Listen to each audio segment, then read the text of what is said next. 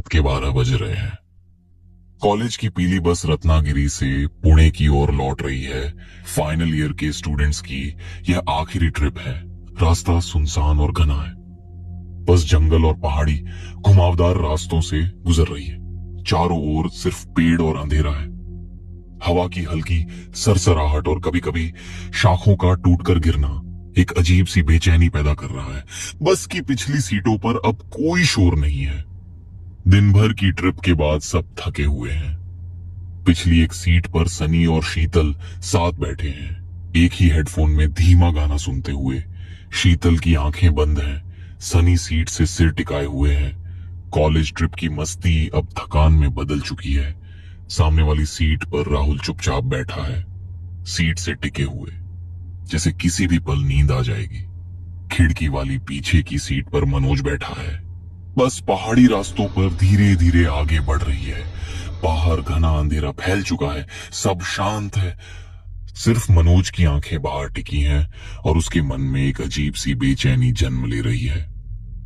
आगे की सीट पर प्रिंसिपल विजय सर बैठे हैं, जो बार बार अपनी घड़ी देख रहे हैं। उनके ठीक पीछे टीचर काजल मैडम बैठी है, जो थोड़ा चिंतित लग रही है क्योंकि सूरज ढल चुका था और वे अभी भी जंगल के बीच में हैं। बस की स्टीयरिंग थामे ड्राइवर रामू मामा के माथे पर पसीने की बूंदें थीं। रामू मामा पिछले 20 सालों से गाड़ियां चला रहे थे, लेकिन आज उनके हाथ कांप रहे थे। तभी विजय सर ने कड़क आवाज में कहा, मामा, बस की रफ्तार थोड़ी बढ़ाओ, अंधेरा बहुत हो गया है। रामू मामा ने रियर व्यू मिरर में विजय सर को देखा और दबी आवाज में बोले, साहब, यह काली घाटी है, यहाँ रफ्तार नहीं किस्मत काम आती है। दुआ करो बस यहाँ न रुके। पीछे बैठा राहुल, जो स्वभाव से थोड़ा डरपोक था, उसने यह सुन लिया और कहा, मामा, तुम ऐसे क्यों बोल रहे हो? तभी एक जोरदार झटका लगा। इंजन ने एक अजीब सी घुरघुराहट की और बस का सन्नाटा चीरते हुए वो खामोश हो गई।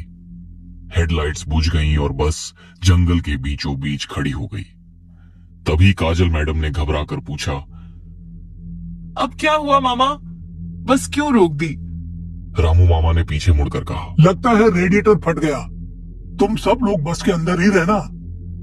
तभी सनी, जो ग्रुप का सबसे निडर लड़का, वो खड़ा हो गया और कहा, अरे मामा, हम चेक करते हैं ना, शायद धक्का लगाने से स्टार्ट हो जाए। तभी रामू मामा लगभग चिल्ला पड़े, नहीं, मैंने जो कहा है वही करो, नीचे कोई नहीं उतरेगा। ये कोई आम जंगल नहीं है। उनकी आवाज में ऐसा डर था कि पूरी बस शांत हो गई। रामू, बच्चों को डराओ मत।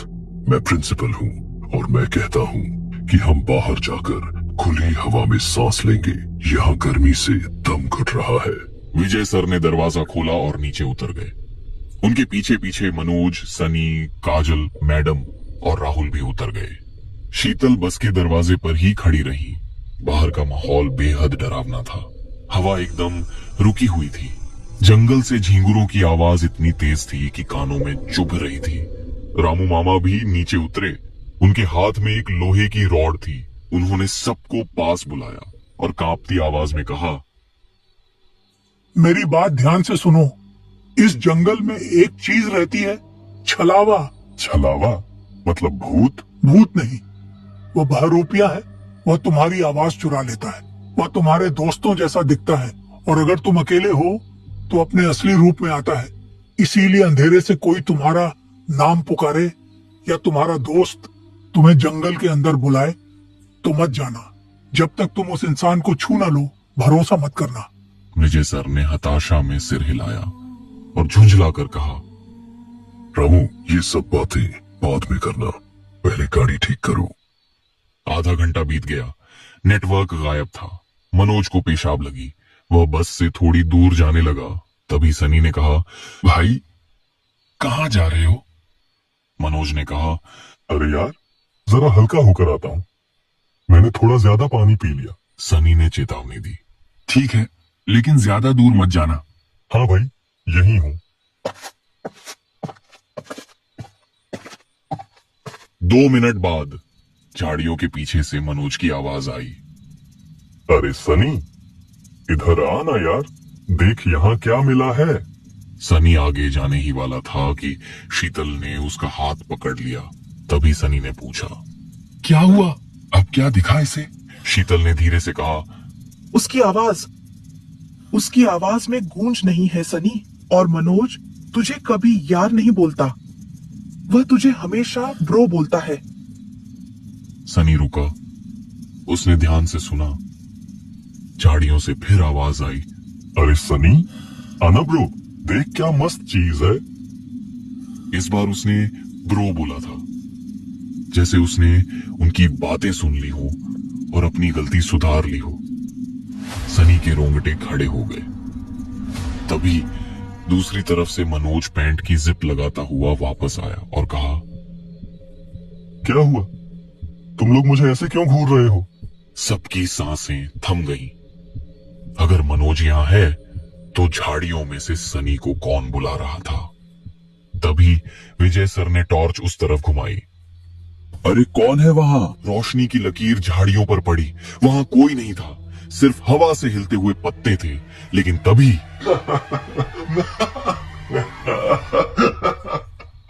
एक हंसी सुनाई दी। वह हंसी बिल्कुल मनोज जैसी थी।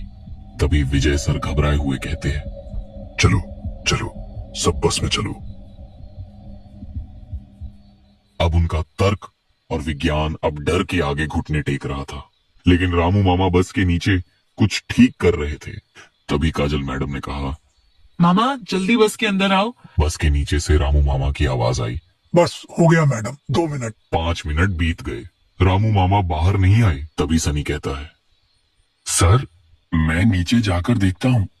सनी ने हिम्मत जुटाकर धीरे धीरे झुककर बस के नीचे झांका। अंधेरा इतना घना था कि कुछ भी साफ नहीं दिख रहा था। एक पल के लिए ऐसा लगा जैसे कोई वहां से उसे घूर रहा हो। उसका गला सूख गया और लड़खड़ाती आवाज में उसने घबरा कर कहा, सर, यहाँ तो कोई नहीं है। सनी जैसे ही बस में जाता है तभी ड्राइवर की सीट पर रखा रामू मामा का फोन बजा।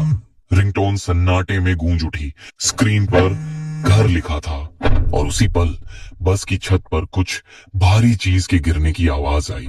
धड़ाम! पूरी बस हिल गई। शीतल रो पड़ी। छत पर कोई चल रहा था।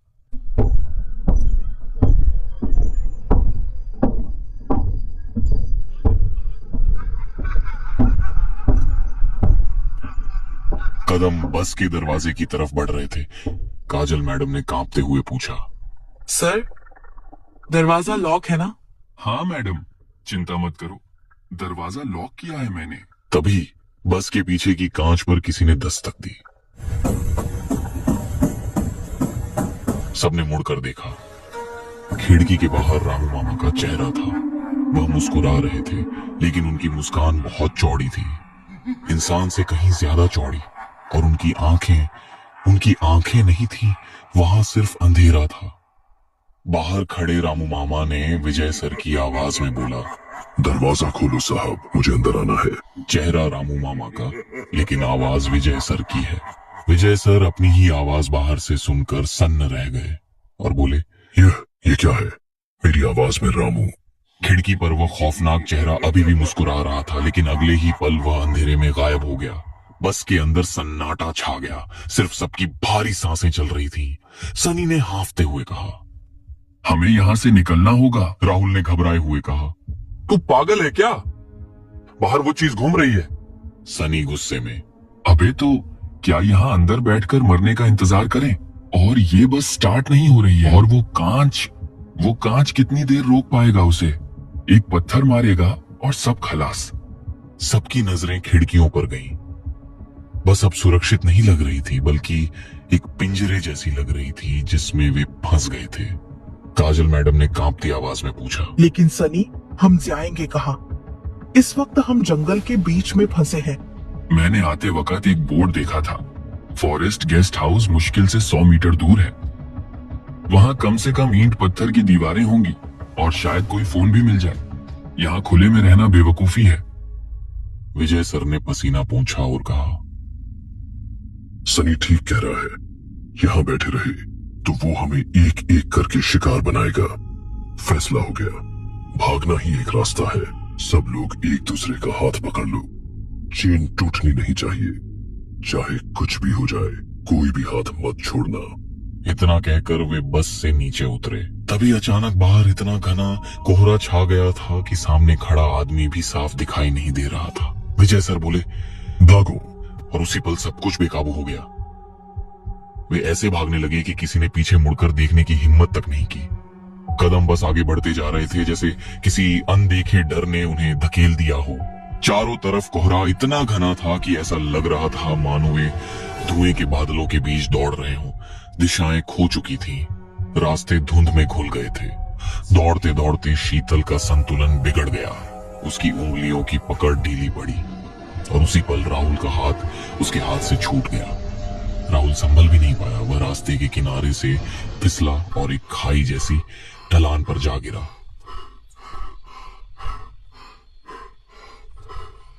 राहुल जैसे तैसे खुद को संभालता है और चारों ओर देखने लगता है। चारों तरफ घना जंगल है और हर ओर गहरा अंधेरा फैला हुआ है। जंगल की घनी खामोशी जैसे उसके कानों पर हथौड़ा की तरह गिर रही है। राहुल के कदम लड़खड़ा रहे हैं, सांसें तेज हो चुकी हैं। हर कदम के साथ उसे लग रहा है कि कोई उसके बिल्कुल पीछे चल रहा है। लेकिन जब वह पलटकर देखता, कुछ नहीं। तभी अचानक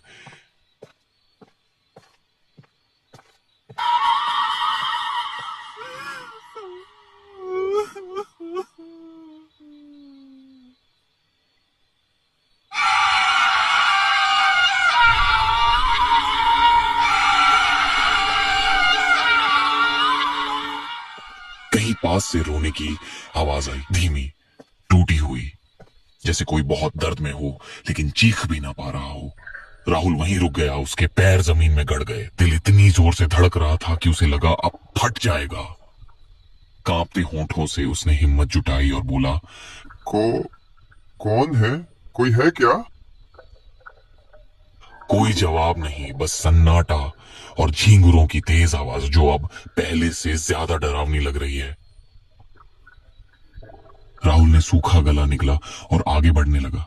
हर कदम जैसे किसी अनदेखे खतरे की तरफ जा रहा हो। सनी, कहाँ हो भाई?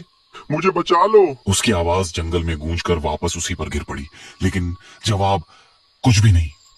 तभी उसे अपने ठीक ऊपर पेड़ के पत्तों में सरसराहट सुनाई दी, जैसे कोई भारी चीज एक डाल से दूसरी डाल पर कूदी हो। राहुल का दिल जोर से धड़का। उसने डरते डरते अपनी नजरें ऊपर की ओर घुमाई और जो उसने देखा उससे उसका खून जम गया। जमीन से करीब 20 फीट ऊपर एक मोटी काली डाल पर एक औरत बैठी है।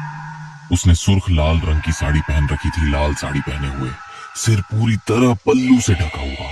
हवा चल रही थी, पत्ते हिल रहे हैं, लेकिन वो परछाई बिल्कुल नहीं हिली। राहुल की रूह कांप उठी।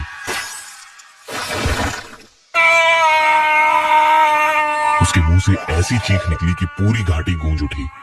वही चीख दूर भाग रहे सनी, विजय सर, काजोल मैडम, शीतल और मनोज तक पहुंची। ये तो राहुल की आवाज है। सनी, सुबह होने तक हम कुछ नहीं कर सकते। फॉरेस्ट गेस्ट हाउस तो आ ही गया है। चलो गेस्ट हाउस चलते हैं और सुबह का इंतजार करते हैं।